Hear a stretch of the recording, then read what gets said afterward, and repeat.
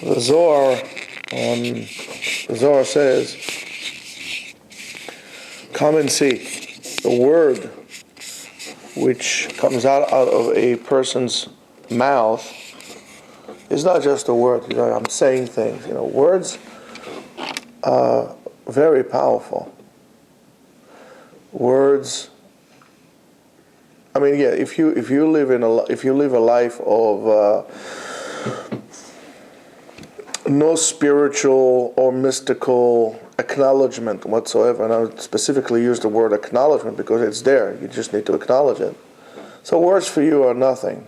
They're no more than hot air that comes out one way or another, if you know what I mean. But everybody will tell you the words are powerful. Even in the secular world, words carry a certain meaning. You can't just say what you want to say. The whole movement of political correctness is all about words. You could say this, you could say that. You can't say retarded, you have to say mentally challenged. You can't say handicapped, you have to say physically. All this, well, what do you care what I say? Because words do carry more than just a meaning. And according to the mystical practices, words are reality. We know that with words we pray. Words is what we connect to the spiritual realm. We speak to HaKadosh Baruch Hu with words. So words are very powerful. Words are, in a way, almost like human. They are half physical, half spiritual. The power of the word is amazing, whether it's poetry or, let's say, profanity. Just like a human. When it could be like an angel, it could be like a beast. So words are powerful. So the Zohar says, when a word comes out of the person's mouth, it goes up and it awakens a certain spiritual attribute up in Shamayim. Whether it's good, whether it's bad. Umisha yoshev beta'anug Shabbat, and whoever sits and enjoys Shabbat. Asur lo le'orer davar shel chol. You should not awaken something of the mundane, the non-holy, the non-Sabbath.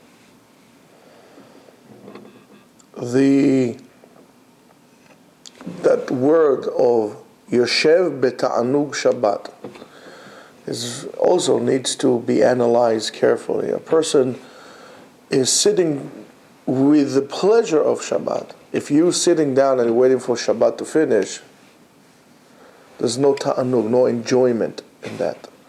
As you would sit with a beloved one, you don't sit with your, let's say you're sitting down with your wife or with your, I don't know what, whatever it is.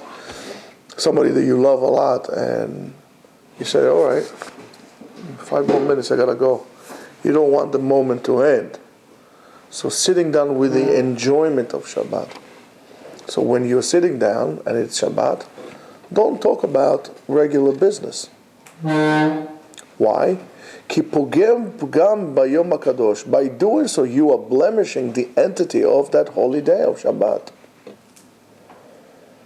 Mi sheyoshev besimchat hamelech, he who sits down with the enjoyment of the king, eino rahu sheyazov et hamelech veyasok be'acher. You're sitting down right now, let's say, with a very important person. You're sitting down with the President of the United States. You and him sitting down in the Oval Office, kicking your feet, and you're just sitting down and you're talking. All of a sudden you say, excuse me just 1 second, I got to make a telephone call. I got to call him. What a disgrace. He's only a person. He's only a president that's being elected every 4 years. He could be impeached. He's a human being just like you. There's no difference. Think about it. President is just a person, just like you. that we make them into politicians, and politicians became like celebrities nowadays. It's all a reality show. It's not no more politics. It's more of like a reality. So this is like an ongoing circus. What's going on? Not only here, all over the world. It's a celebrity. It's a reality show. But yet, if you would sit down even with your beloved celebrity, whoever that will be, it will be. You would not even think about picking up the phone and calling or finding out this, excuse me, let me just check 1 second my text. Somebody's texting, just 1 second, I'll be right there. You will try to enjoy the moment. Right? Whoever that will be a sport image, or a singer or a musician or a philosopher or whoever that will be. So what you are actually saying, what statement do you make when on Shabbat you're dealing with regular days stuff? Means that you don't really care. If you sit down with the president and you talk to the president right now, and all of a sudden you pick up the phone and you say, excuse me 1 second, I got to make a transaction for my stocks, whatever. It means that you don't really care about it. I think that at that moment the meeting is over. Or if you're sitting down with your beloved fiancé that you're about to marry, and you say, excuse me 1 second, let me just take a telephone. It's really rude. Or to your wife, or to anybody. It means that what you call cherished or beloved is not really cherished or beloved. It's just a word for you. Right, Michael? So, and therefore, v'chol yom, and every day, צריכים להראות מעשה ולעורר התעוררות של מטה ממה שצריך. Every single day you need to show, you need to prove, you need to exhibit an awakening from down here to what needs to be done. For every single day of the week. You need to do it. אבל בשבת is different. בדברי שמיים ובקדושת היום צריכים לעורר ולא בדבר אחר. Your adjustment, the transition between Shabbat and Chol needs to be that on Shabbat you concentrate on what you need to concentrate. Divrei Shamayim, so therefore you learn Torah.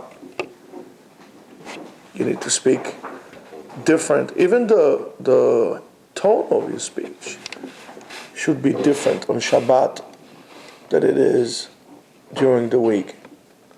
Many people have problems with transitions altogether. They can't transition from one action to the other action.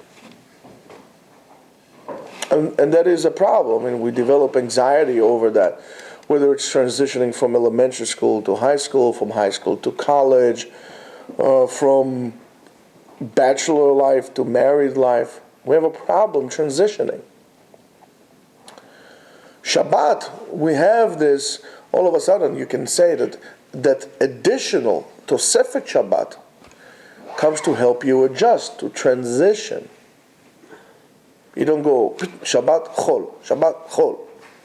It's transitioning slowly. Shabbat doesn't come all of a sudden, boom, like this. So you know what? In order to get into the mode of Shabbat, start a little earlier, so it will come. So it's a tremendous lesson for you to learn when you are about to transition from one thing, from one activity to another, not to turn the switch and just rather gradually prepare yourself for that practice, and then you'll be able to maintain that new experience in which you're involved with. And the same thing goes when in Motzai Shabbat. That's the whole concept of Seudat Melaveh Malka. You sit down, you take it you say, okay, Shabbat is over, all right, let's go, internet, whatever it is, let's go partay, You sit down, Seudat Melaveh Malka, you make it. I mean, after all, it's a real distress for our spirit that we have the neshama, our extra soul that we just departed, that we lost, transition into that it creates a gap. It's a loss. It's almost like lehavdil when a person dies, or any separation, or even a separation over divorce. Regardless how peaceful or ugly the divorce was, and has to be a transition. You go to a certain stage of mourning, of grief. Or even a person dies, even if a person is 100 years old, somebody younger feels that something was lost. He lost something, so there's a process of grief. We also on Shabbat, when the neshama goes, we go through a process of grief. Yes, it's smaller. Because what happens when the soul comes out of a person? He dies. On Shabbat, we lost something, so we need to go through a process of grief as well. Because what happens to you when you don't grieve, it would hit you right when you're not ready. It's not normal. You cry, and